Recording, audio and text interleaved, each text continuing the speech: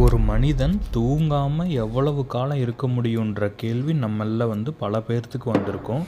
அதை குறித்த அறிவியல் பூர்வமான சில சுவாரஸ்யமான உண்மைகளை பார்க்கலாம். இது ஒரு அறிவியல் ரீதியாக ஆவணப்படுத்தப்பட்ட மிக நீண்ட காலம் தூங்காமல் இருந்து சாதனை. அது ஒரு சயின்ஸ் எக்ஸ்பிரிமெண்ட்டாக பண்ணியிருக்காங்க. 1964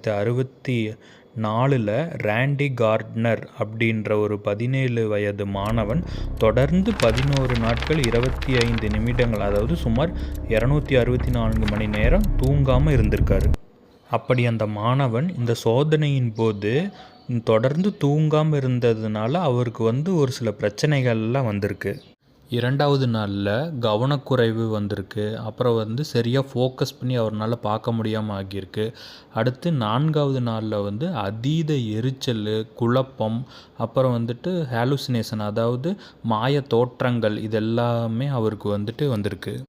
கடைசி 11வது நாளில் அவருடைய பேச்சில் தடுமாற்றம், ஞாபக மறதி, அப்புறம் உடல் ரொம்ப சோர்வு, கிட்டத்தட்ட மூளை செயலிழக்கும் நிலைக்கு வரைக்கும் போயிடுச்சு.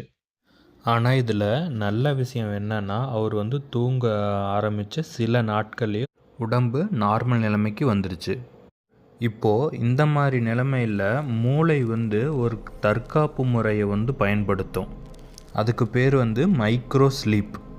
அப்படின்னா ஒரு மனிதன் நீண்ட நேரம் தூங்காமல் இப்போ ட்ரைவ் பண்ணிகிட்ருக்கார் அப்படின்னா அவரோட மூளை அவரை அறியாமலேயே சில நொடிகளிலிருந்து சில நிமிடங்கள் வரைக்கும் அவர் தூங்க வச்சிரும். அப்புறம் அதன் பிறகு விஞ்ஞானிகள் இந்த மாதிரி ஒரு டேஞ்சரஸான எக்ஸ்பிரிமெண்ட் அதிகமாக பண்ணவே இல்லை. ஏன்னா நீண்ட நேரம் தூங்காமல் இருந்தால் brain damage, heart problems, immune system failure, இது எல்லாமே வரும். அதனால் ஒரு மனித உடலுக்கு தூக்கம் ரொம்ப முக்கியம்.